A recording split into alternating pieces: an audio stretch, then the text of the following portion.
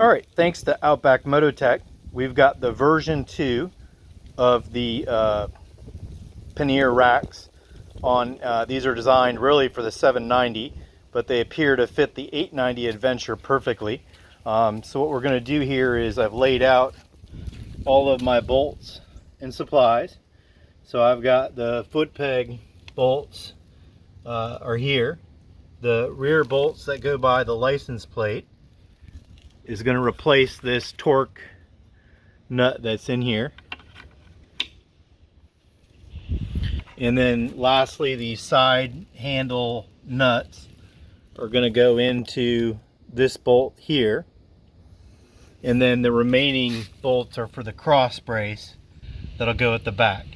So the recommendation is to remove the bolt from the rear foot peg first, remove the bolt from the rear and install these two, and then lastly install the middle side handle bolt.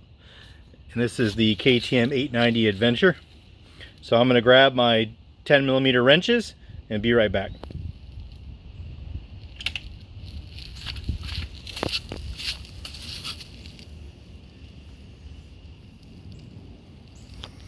These are the 790 V2 version of the X frames that were designed for the 790, but we're going to put them on an 890 Adventure.